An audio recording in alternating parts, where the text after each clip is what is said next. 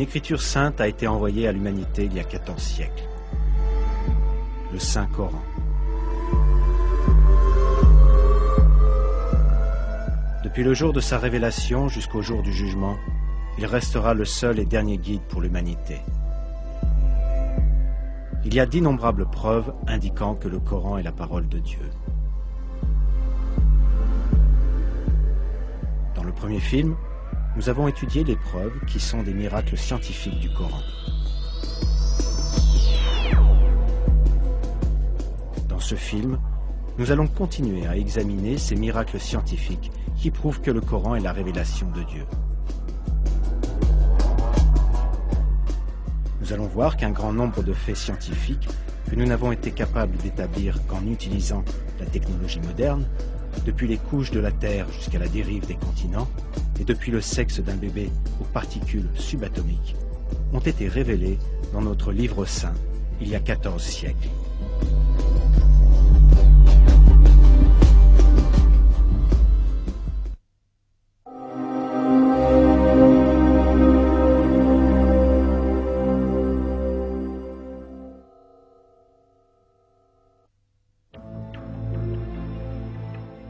La théorie du Big Bang, qui a été acceptée à l'unanimité par le monde scientifique au XXe siècle, prouve que l'univers est apparu dans une gigantesque explosion.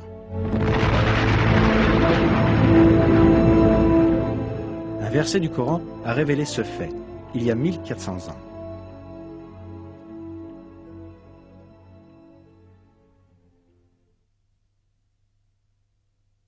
Ceux qui ont mécru n'ont-ils pas vu que les cieux et la terre formaient une masse compacte? Ensuite nous les avons séparés et fait de l'eau toute chose vivante. Ne croiront-ils donc pas?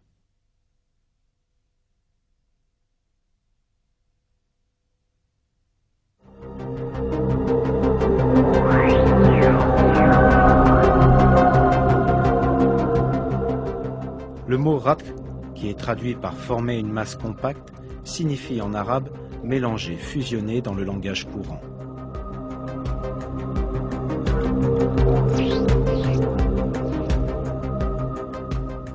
Le verbe séparer dans la phrase « nous les avons séparés » correspond au verbe arabe fataka et implique le désassemblage ou la destruction de la structure des éléments unis les uns aux autres. Un fait scientifique très important est décrit ici, la séparation des cieux et de la terre. Curieusement, aux premiers instants du Big Bang, la matière tout entière de l'univers était concentrée en un seul point.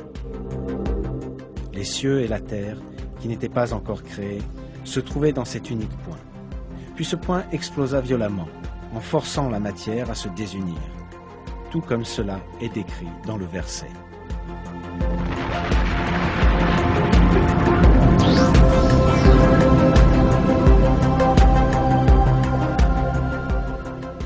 Les gens vivant il y a 14 siècles ne possédaient bien sûr pas les connaissances scientifiques ou la technologie leur permettant de savoir que la Terre, le Soleil, la Lune et les étoiles, et tout ce qu'ils voient ou tout ce qui est invisible dans le ciel, étaient initialement unis en un seul point.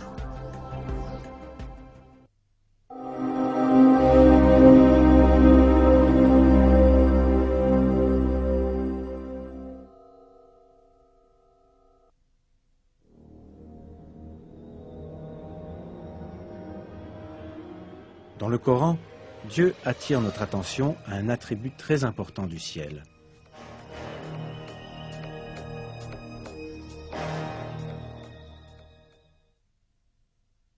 Nous avons fait du ciel une voûte protégée, et pourtant, il se détourne de nos signes.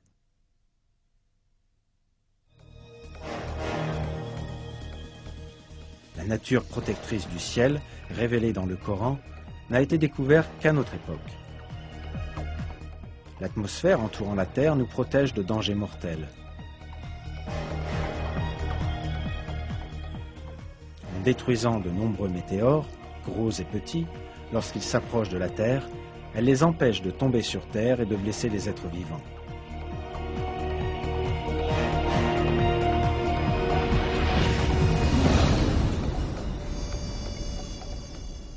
Elle filtre les rayons lumineux venant de l'espace qui sont nuisibles aux êtres vivants. Elle protège également la Terre du froid glacial de l'espace, dont la température est d'environ moins 270 degrés. En plus de l'atmosphère, il existe une autre couche formée par le champ magnétique de la Terre, qui sert de bouclier contre les radiations nuisibles qui menacent notre planète. Les ceintures de Van Allen. Grâce aux ceintures de Van Allen, les énormes émissions d'énergie appelées éruptions solaires qui surviennent fréquemment à la surface du Soleil ne détruisent pas la vie sur Terre.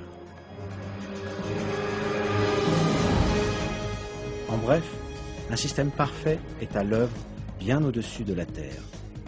Il entoure notre monde et le protège contre les menaces extérieures. Il est frappant de voir que cela a été révélé il y a 1400 ans dans le Coran. Un autre verset traitant de la même information indique: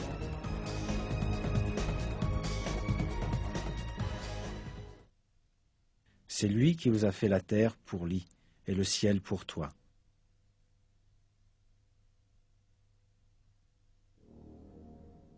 Ici, le ciel est décrit par le terme arabe al-sama bina. En même temps que le sens de dôme ou de toit, ce mot possède une autre signification.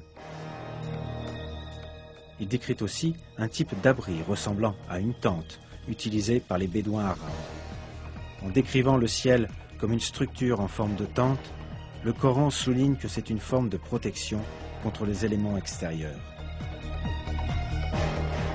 C'est la protection que l'atmosphère offre contre les météores et les rayons cosmiques. Tous ces faits montrent que cette information qui a été obtenue par l'humanité à la suite de longues recherches scientifiques a été communiquée dans le Coran il y a 1400 ans, quand il n'y avait aucun engin spatial ou télescope géant.